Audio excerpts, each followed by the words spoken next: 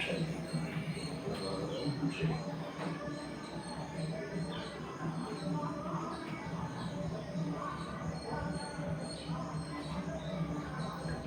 அனைவருக்கும் வணக்கம். சக்தி ஜோதிடம் வழியாக உங்களை சந்திப்பது உங்கள் வழிகாட்டி ஜோதிடர் கண்ணன். கைரேகை கருத்துக்களை மிக எளிமையாக உங்களுக்கு புரியும்படி கற்றுக் கொடுத்து கொண்டு வருகிறோம். பாருங்கள், பார்த்து பயன்பெறுங்கள். புதுசாக நம்ம சேனலை பார்க்குறவங்க சப்ஸ்கிரைப் பண்ணிங்க, உங்கள் ஃப்ரெண்டுகளுக்கும் ஷேர் பண்ணி பயன்பெறுங்கள். அதாவது இந்த காணொலியை முழுமையாக பார்த்தீங்கன்னா உங்களுக்கு புரியும், தெரிஞ்சவங்களுக்கு புரியும், தெரியாதவங்களுக்கு முழுமையாக பார்த்தீங்கன்னா உங்களுக்கு புரியும். சரிங்களா? இப்போ இன்றைக்கு கைரேகை சாஸ்திரம் பலன் காணும் பகுதியில் 12ஆம் பகுதியை நம்ம பார்க்க போகிறோம். இன்னைக்கு சந்திரமேடு எப்படி இருந்தால் என்ன பலன், சந்திரமேட்டில் காணக்கூடிய குறிகள் என்ன பலன்களை கொடுக்க போகிறது அப்படிங்கிறத நம்ம பார்க்க போகிறோம். இப்போ நம்ம போர்டுக்கு வந்துடுவோம்.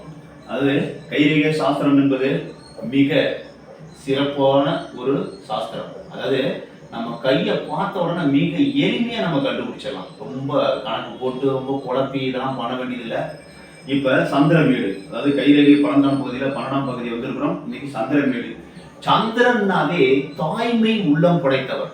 இப்போ நம்ம கையை எடுத்துங்க, பொதுவாக எல்லாருடைய கையிலுமே இந்த இது சுக்கிரமேடு, இது சந்திரமேடு. சந்திரனும் சுக்கிரனும் ஓரளவு இருந்தே தீருவார்கள். அதாவது சுக்கிரமேடு காமம், ஆசை, இது மனம், இதுதான் ராசி. சந்திரன் இருப்பது ராசி. இப்ப ராசி அதிபதி தான் சந்திரன். ராசிக்கு உரியவர் சந்திரன், மனதுக்கு உரியவர் சந்திரன். அதனால இந்த மேடு எப்பயுமே எல்லாருக்குமே கெட்டு போயிருக்காது. அதே மாதிரி சுக்கிரமேடு கெட்டு போயிருக்காது. ஒரு மனிதன் வாழக்கூடிய தகுதியை கொடுக்கக்கூடியது சுக்கிரனும் சந்திரனும் கண்டிப்பா கெட்டே போயிருக்காது. அதே மாதிரி செவ்வாய் கோபம் வராம யாருமே இருக்க மாட்டாங்க. செவ்வாயும் நல்லா இருப்பாரு. ஒரு சில ரொம்ப கம்மியாக மாட்டாங்க. நான் சொல்றது ரொம்ப கம்மியாக மாட்டாங்க. மிச்ச மேடுகள் ஓரளவு கம்மியாகிறதுக்கு வாய்ப்பு உண்டு. இந்த மேடுகள் 3, 1 சுக்கிரன், சந்திரன், செவ்வாய், இது 3 ஓரளவு வாழ தகுதியாக இருக்கும். காரணம் என்னன்னா, சந்திரன் மனதுக்கு சொந்தக்காரர், இந்த சுக்கிரன் ஆசை காமத்துக்கு சொந்தக்காரர், செவ்வாய் வீரம் வீரியம் கோபத்துக்கு சொந்தக்காரர். இது 3 மனிதனுக்கு தேவையான ஒண்ணு. இந்த தேவையை இயற்கை இந்த பிரபஞ்ச சக்தி கொடுத்துருக்கு மனுஷனுக்கு. அது தெரிஞ்சுங்க. இப்ப நீங்க பாடத்துக்கு வந்துருவோம். சந்திரமேடு தாய்மை உள்ளம், நீருக்கு நீரால் செய்யப்படக்கூடிய நீர் மூலப்பொருளாக செய்யக்கூடிய தொழில்கள் எல்லாமே சந்திரனோட ஆதிக்கத்துல வரும். அதாவது மனசுல ஒரு சில நேரங்களில் நல்ல சுறுசுறுப்பா மனம் இருக்கும். ஒரு சில நேரம் ஒரு தாழ்மையான ஒரு எண்ணம், ஒரு மாதிரி மாறுபட்ட எண்ணங்கள் உண்டாகும். காரணம் என்ன? சந்திரன் 15 நாள் வளர்குறை, 15 நாள் தேய்குறையில் இருக்காங்க. அந்த மாதிரி எண்ணம் வரும். கற்பனை, அதாவது சினிமா துறையில் வாழ்க்கையில் வெற்றி பெற வேண்டும் அப்படின்னா சந்திரமேடு நல்லா இருக்கும் சார். சந்திரமேடு நல்லா இருந்தால் தான் அவங்க சினிமா துறையில வெற்றி பெற முடியும். அதாவது கதை எழுதுறதா இருக்கட்டும், கவிதை எழுதுறதா இருக்கட்டும், திரைக்கதை, டைரக்ஷன், நடிப்பு, எதுவாக இருந்தாலும் கற்பனை இல்லைன்னா ஒரு நேச்சுரலா நம்ம பண்ணோம்னா யாருமே பார்க்க மாட்டாங்க. கற்பனை, அதாவது கொஞ்சம் நேச்சுரலையும் கொஞ்சம் கற்பனையும் கலந்துதான் பேசுவாங்க. இப்ப காதலிக்கிறவங்க யாருமே நம்ம பாட்டு பாடி எங்கேயாவது பாக்குறது இல்லை நேரம். ஆனா சினிமா எடுக்கும்போது காதலிக்கிறவங்க பாட்டு பாடுறாங்க. இப்ப கட்டி பிடிக்கிறது, இப்ப ஒரு சில விஷயங்கள்லாம் நம்ம வீட்டுல தான் பண்றோம். ஆனா சினிமாவில் டைரக்டாவே காமிக்கிறாங்க. அந்த கற்பனையை வளத்தை கொடுக்கக்கூடியது நம்ம சந்திர பகவான் தான். சினிமா துறையில் வாழ்க்கையில் வெற்றி பெற வேண்டும் அப்படின்னா கற்பனைனா சந்திரன் நல்லா தான் அது வரும். மனம் மாறுபட்ட குணம். சந்திரனாவே பிரயாணம் சார். பிரயாணத்துல வெற்றி பெறக்கூடியவர்கள், அதாவது நீர் சம்பந்தப்பட்ட மூலப்பொருளாக கொண்ட விவசாய துறையில வாழ்க்கையில முன்னுக்கு வரவங்க சந்திராதிக்கம் உடையவர்கள். அதாவது காய்கறி பிசினஸ், அதே மாதிரி ஐஸ் ஃபேக்டரி, நீர் மூலப்பொருளாக கொண்டு என்னென்ன செய்யறாங்களோ, கூல்ட்ரிங்க்ஸ், இதை மாதிரி எல்லாமே வாழ்க்கையில சந்திராதிக்கத்தை சார்ந்தவர்கள். அதே மாதிரி டிராவல், ஒரு இடத்துல நிற்க மாட்டாங்க, ஓடிக்கிட்டே இருப்பாங்க. இதை மாதிரி பிரயாணம் பண்றவங்களும் அதுல வந்துருவாங்க. அதாவது பிரயாணம்னா வெளியூர், வெளிநாடு, வெளிதேசம். சந்திரன் நல்லா இருந்தாலே வெளிநாடு போகலாம், வெளியூர் போகலாம், நிறைய சம்பாதிக்கலாம், வாழ்க்கையில் வெற்றி பெறலாம். சந்திரன் நல்லா இருந்தாலே, அதாவது இந்த சந்திர ஆதிக்கம் என்பது இந்த மேடுகளில் சந்திரன் உயர்வாக இருந்தால், இந்த எல்லா மேட்டை விட சந்திரன் அதிகமாக இருந்தால் சந்திர ஆதிக்கம். அந்த ஆதிக்கம் நிறைந்தவர்கள் பிரயாணம் செய்ய தகுதி உடையவர்கள். அதாவது நீரால் மூலப்பொருளாக செய்யக்கூடிய பொருள்கள் எல்லாமே, தொழில்கள் எல்லாமே சந்திர ஆதிக்கத்தில் வரும். கதை, கவிதை, கட்டுரை, கற்பனை இந்த மாதிரி இருக்கிறதுக்கு வாய்ப்புகள் இருக்கு. ஒன்று நீரால் செய்யப்படக்கூடியது, இன்னொன்று சினிமா துறை, கதை, கவிதை, கட்டுரை, கற்பனை, புக் எழுதுறது, இது எல்லாமே சந்திர ஆதிக்கத்தில் வந்துடும். சந்திர ஆதிக்கம் உடையவர்கள் தான் நிறைய பேர் செய்வாங்க. ஒரு சில பேர் வேற அமைப்பு, வேற கிரகத்தோட இருக்குது. அதாவது ஒரு மாத்திரை வந்து நல்லதும் செய்யும், கெட்டதும் செய்யும். ஒரு மாத்திரை வந்து 4-5 வியாதியை கட்டுப்படுத்தும். எல்லா மாத்திரைக்கும் ஒரு சைடு எஃபெக்ட் உண்டு. அதே மாதிரி ப்ளஸ் மைனஸ் எல்லாத்துக்குமே உண்டு. எல்லா மேடுகளுக்கும் எல்லா கிரகங்களுக்கும் உண்டு.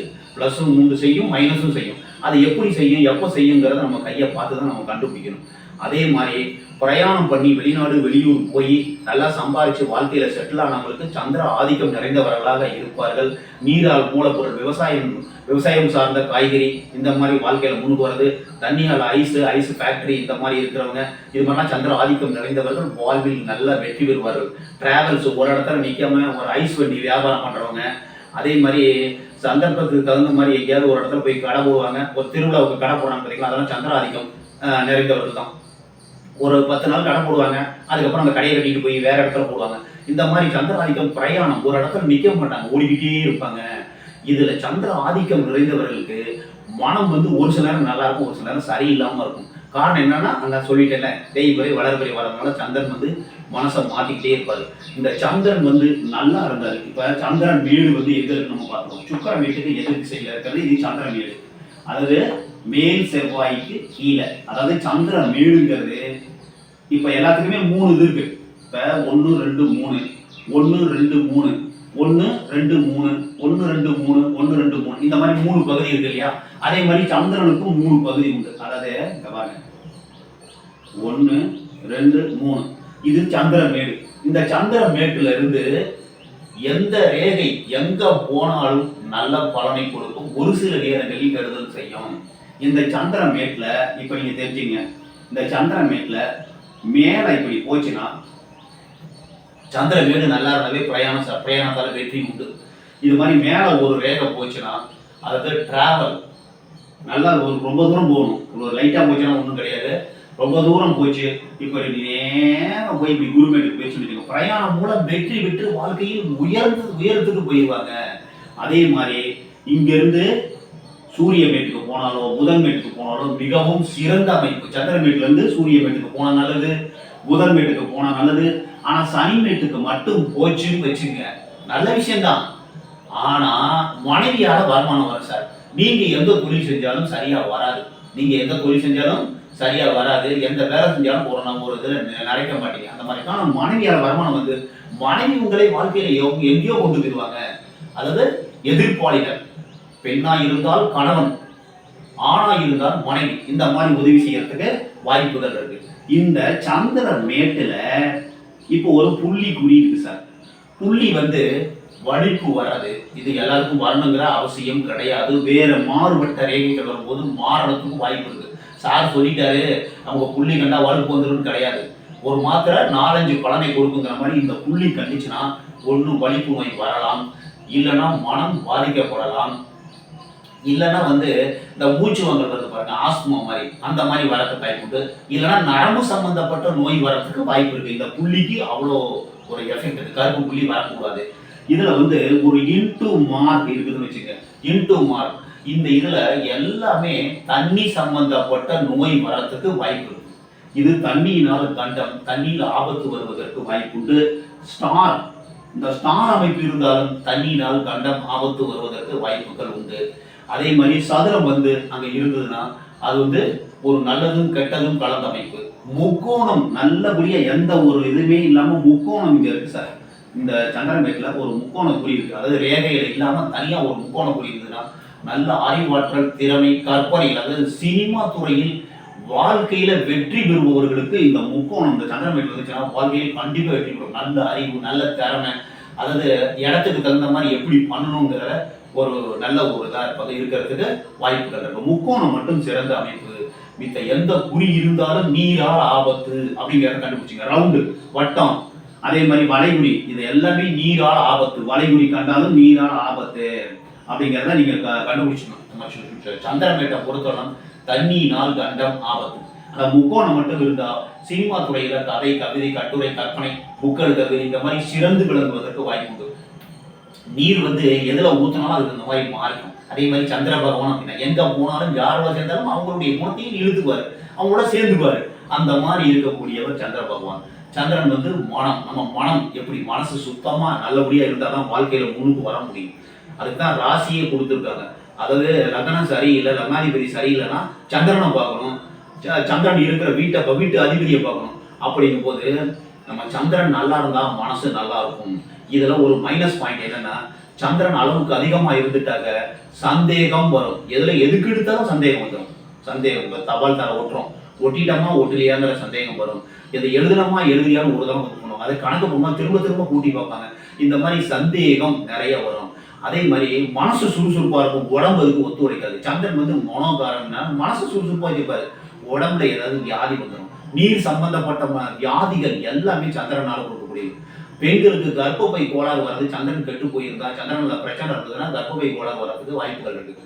அதாவது பெண்களுடைய மாதவிடாய் காலத்துல ரொம்ப மனசு வருத்தப்படுவாங்க, ரொம்ப துக்கப்படுவாங்க, துயரப்படுவாங்க. இதுக்கு எல்லாமே சந்திரனுடைய அதாவது குறிகள், சந்திர மேட்டில் உள்ள குறிகள் சந்திரன் சரியில்லாமல் இருக்கும்போது இந்த மாதிரி அதிகமா இருக்கணும், ஒண்ணு கம்மியா இருக்கணும். இந்த மாதிரி இருக்கும்போது இருக்கிறதுக்கு வாய்ப்பு இருக்கு. சந்திரன் தான் நிறைய விஷயங்களுக்கு காரணம். மனசு சந்தோஷமா இருக்கணும்னா சந்திரன் நல்லா இருந்தால் மனம் சந்தோஷமாக இருக்க முடியும், பிரயாணம் செய்யலாம். அது தண்ணீரால் செய்யப்படக்கூடிய பொருள்கள் எல்லாமே சந்திராதிக்கத்தில் வரது வாய்ப்பு இருக்கு. சந்திரன் நல்லா இருந்தா வாழ்வில் சந்தோஷமாக இருக்கலாம். இப்ப நம்ம கற்பனை இல்லைன்னா வாழ்க்கையில வாழவே முடியாது. கற்பனை இல்லைன்னா வாழ்க்கையில டேஸ்டே போயிடும். இப்போ ஒரு அழகான ஒரு பெண் வருது, லட்சுமிகரமா இருக்கு அந்த பொண்ணு அப்படின்றோம், அது கற்பனை. அதே மாதிரி ஒரு அஜித் மாதிரி ஒரு பெரிய ரியல் ஹீரோ மாதிரி இருக்காரு, ரஜினிகாந்த் மாதிரி இருக்காரு, அந்த ஹீரோ மாதிரி இருக்கக்கூடிய ஒரு கற்பனை உள்ளம் நமக்கு வந்து சந்திரன் நல்லா இருந்தாலும் அந்த கற்பனை உள்ளம் வரும். அதாவது சாதாரண ஒரு பொருளை கற்பனையாக மாற்றி தரக்கூடியவர் சந்திர பகவான். அந்த கற்பனை உள்ளம் இருந்தால் வாழ்வில் வெற்றி பெறலாம் என்று கூறி மற்றும் ஒரு சிறப்பான காணொளியில் உங்களை சந்திக்கும் வரை உங்கள் வழிகாட்டி ஜோதிடர் கண்ணன். வணக்கம்.